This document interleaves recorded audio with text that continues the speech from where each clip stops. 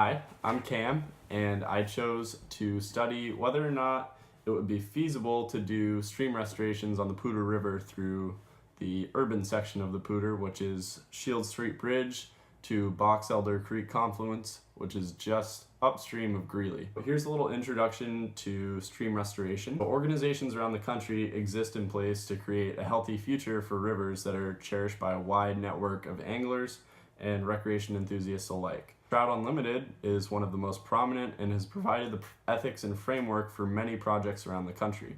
So the main process of restoring a stream first involves understanding what the problem is. After we've established the problem, then a project can be planned out and action can be taken.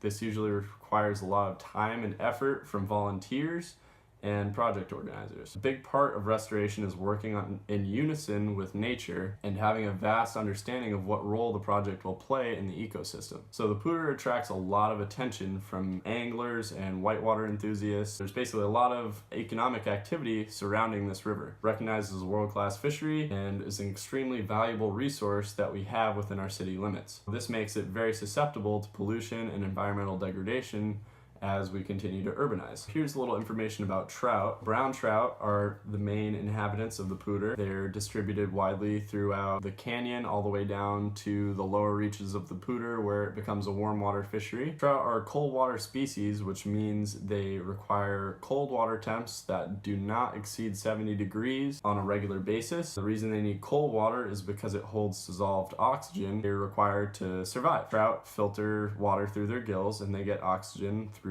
the oxygen in the water. Trout also need shelter, which comes in the forms of log jams, boulders, overhead canopies, shade, fast water, and deep pools. Trout also need macroinvertebrates, which are bugs that live in the substrate of the river bottom.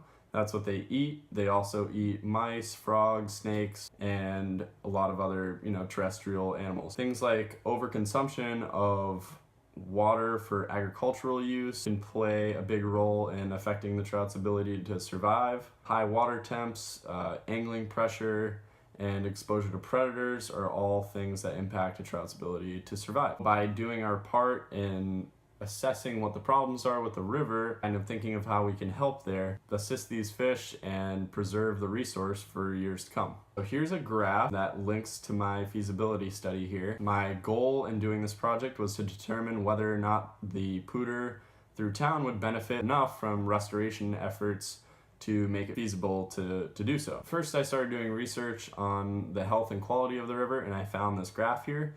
This graph is a river health assessment framework. And so the table on this slide, basically you start with the left side there where you have your indicators, which are characteristics and features of the river that when assessed can tell us about the overall health of the river.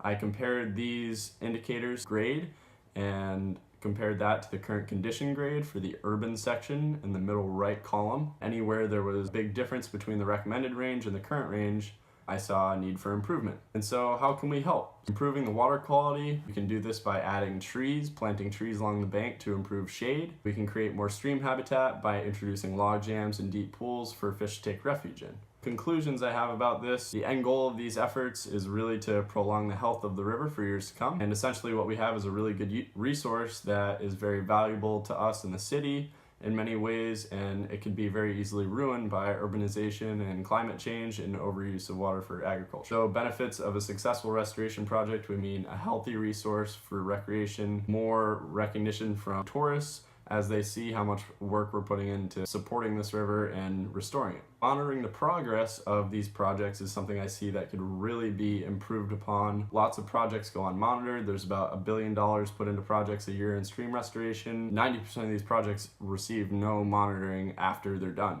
My approach is to think about how we treat our natural resources by monitoring them every 3 years for improvements, just chipping away at restoration efforts rather than putting a lot of money into one home run project is a much more sound way of working with nature. And so by being proactive and constantly asking questions about what needs to be done, it's my idea that the resource can be better preserved for years to come. Thank you.